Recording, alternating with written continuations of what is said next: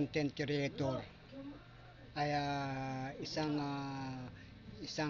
professional sa mga trabaho na ating pong ginagalawan sa mundo ni Facebook. Ito pong masasabi ko sa inyo po. Ang ibig pong sabihin ng success ay yung pagiging humble, pagiging gentleman, pagiging honest bilang content creator. Yan po ang success. Kung sa sakali po kayong po ay ginagamit ng kapwa nyo content creator para lang po kayo ay para lang po ay sila ay sumikat, para sila ay maging success sa kanilang buhay, huwag po kayo magpapagamit.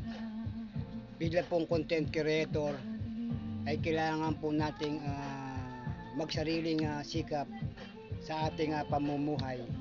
Yan po ang ibig sabihin po ng success. Hindi po gumagamit ng ibang content creator na sila ay para sila ay umangat sa kanilang bilang content creator. Ang hiling ko lamang po sa mga gumagamit yan para sila ay umangat, wag po kayong wag po kayong ihigit pa ang inyong mga buhay.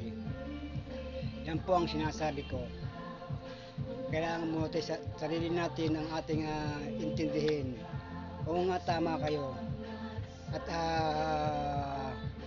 mahigit na milyon-milyon ang mga content creator.